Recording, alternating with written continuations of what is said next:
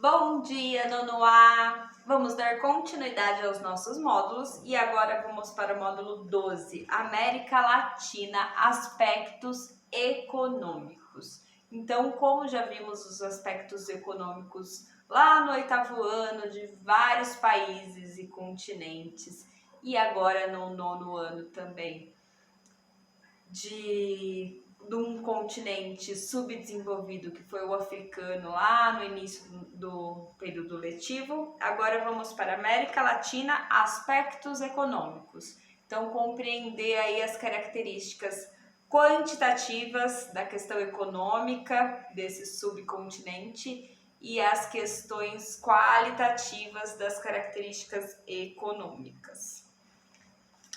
Os países subdesenvolvidos, de uma certa forma, eles apresentam, principalmente a América Latina, graus de desenvolvimento muito diferente, mesmo estando dentro de um único grupo, que é o grupo dos países subdesenvolvidos, ok? A América Latina, a gente vai dividir ela aí em duas partes diferentes.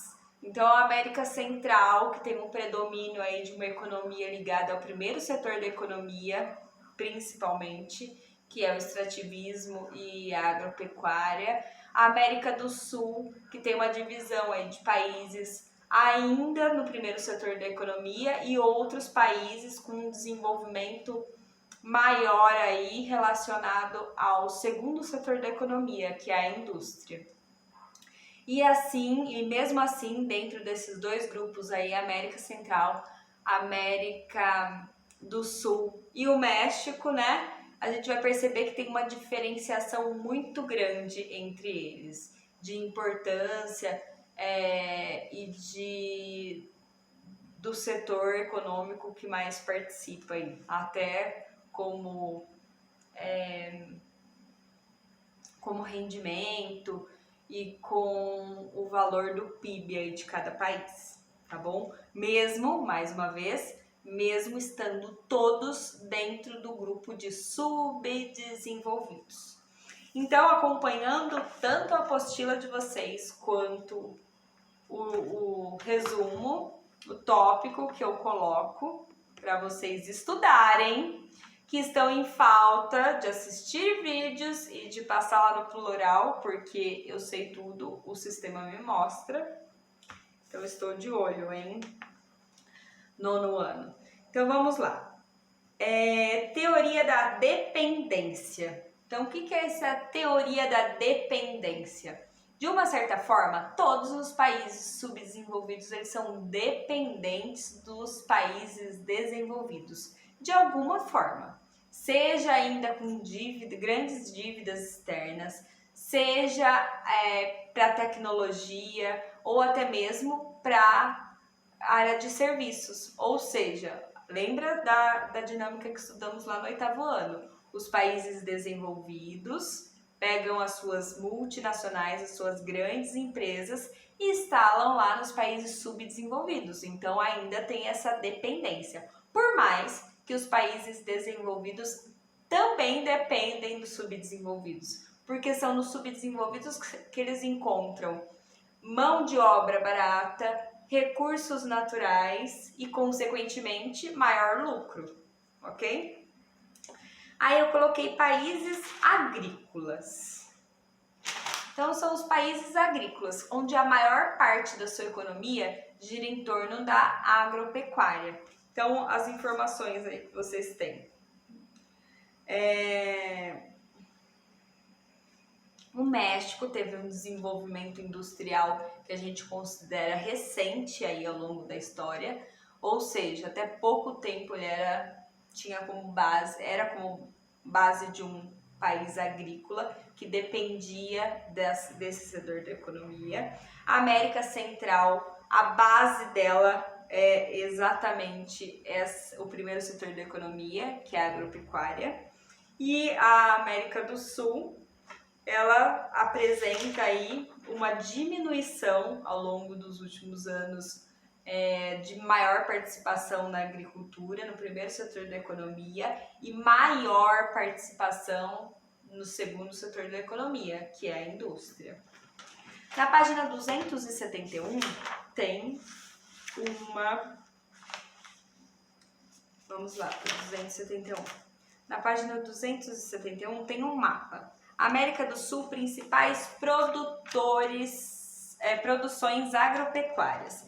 Então aí mostra a América do Sul e as principais, as predominantes, as maiores produções agropecuárias. A gente percebe que tem parte de agricultura de subsistência. O que é agricultura de subsistência?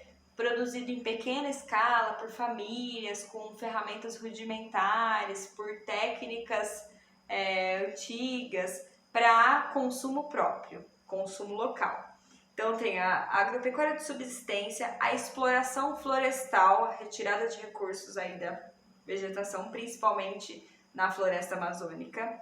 As plantations, quem são as plantations? São as monoculturas, uma única cultura com muita tecnologia empregada com destino para exportação.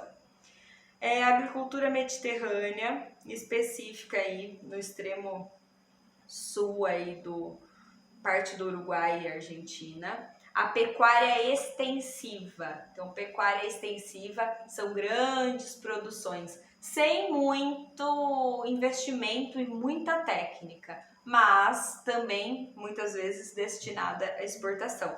A gente percebe que tem uma predominância aí, principalmente da Argentina, parte do Uruguai, os países mais do sul. A fruticultura é muito pontual, então a produção de frutas.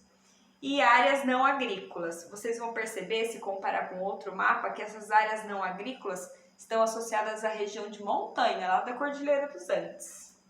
Então, né, aí tem o clima de altitude, frio, e aí dificulta aí essa questão, até porque a agricultura está diretamente associada com as características climáticas. Então, por mais que tenha um investimento ali de tecnologias e tudo mais, ainda assim tem uma concordância, né? Uma dependência aí das características climáticas.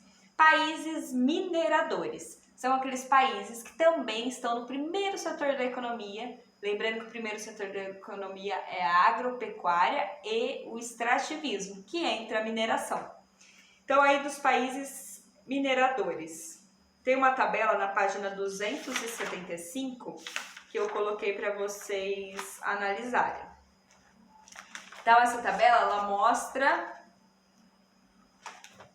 produção aí a retirada de alguns minerais, ferro, bauxita, fosfato, manganês, enfim, uma lista gigantesca. E pontua os países aí da América Latina.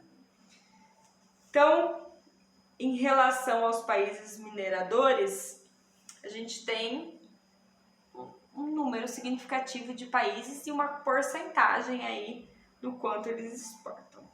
E depois, a questão da industrialização. A industrialização no continente americano, ela é muito desigual. Então, alguns países têm um grau de industrialização muito elevado, como o México, o Brasil, por exemplo, e outros países têm um grau de industrialização menos intenso, como é o caso da Argentina, Uruguai.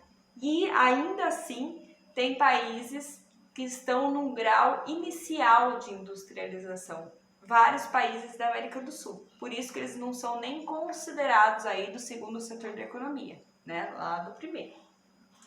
Então, o México tem as maquiladoras. Quem são as maquiladoras? São grandes indústrias de produção parcial. Então, o que as maquiladoras produzem? Peças dos bens intermediários. O que isso significa? Parafusos, não o produto final, e sim produto intermediário, ok? Parafusos, peças, siderúrgica, metalúrgica, que vai fazer a barra de ferro, que depois vai para uma outra indústria transformar no produto final. Então, o México tem essa questão da industrialização muito acelerada e muito intensa. Até porque o México é o quintal dos Estados Unidos, né? E os Estados Unidos, que é aquele primo espertinho, ele se aproveita dessa situação. Pelo México ser um país, fazer parte da América do Norte, mas ao mesmo tempo ser um país subdesenvolvido que também faz parte da América Latina e está ali no quintal dos Estados Unidos, além de possuir uma quantidade imensa aí de recursos naturais, minerais principalmente, que é interesse das grandes potências, no caso, o primo espertinho que é os Estados Unidos. A América Central é a região que apresenta menor índice de industrialização, por vários motivos, né? Pelas características físicas do local, pelas características econômicas, então a base da economia é o primeiro setor da economia, que é o extrativismo e a agropecuária. E a América do Sul, ela teve industrialização tardia. O que isso significa? Que é recente a industrialização na América do Sul, se comparado a outros lugares do mundo aí, ou do continente americano, no caso América Anglo-Saxônica. E aí eu coloquei algumas informações para vocês. Os 3 países mais industrializados da América do Sul é o Brasil, o nosso vizinho irmão Argentina e o Chile. São os 3 que apresentam um maior grau de desenvolvimento. Lembrando que eles são países subdesenvolvidos, mas em comparação com o conjunto da América Latina e da América do Sul, a gente tem um grau de desenvolvimento um pouquinho mais avançado do que os demais. Aí eu coloquei uma informação aí para vocês que em 1950... o que acontece? Os países latinos começam a ter uma atração do capital, do investimento externo. Então, o que a partir da década de 50 começa a chegar aos montes aqui no nosso país? É um exemplo. As multinacionais, que são aquelas empresas gigantescas que são dos países desenvolvidos, mas que são instaladas aqui nos países pobres, subdesenvolvidos. Porque o que temos? Temos mão de obra barata, temos recursos naturais e temos incentivo fiscal. O que é o incentivo fiscal? O governo falando, vem a indústria para cá, eu facilito isso, eu facilito o imposto, porque também é positivo para nós, ok? Até porque movimenta a economia. E aí o que tem aí? Baixo custo, a matéria-prima e a expansão das transnacionais. Então, quem sai ganhando? Os países desenvolvidos, que distribuem essas multinacionais, movimenta a nossa economia e é assim que funciona esse grau de industrialização. O próximo módulo, que é o módulo 13, vamos trabalhar a questão do comércio externo, a importância que tem o comércio externo para os países latinos, ou seja, os países subdesenvolvidos. Grande parte das nossas produções, seja ela industrial ou agropecuária, elas são destinadas à exportação.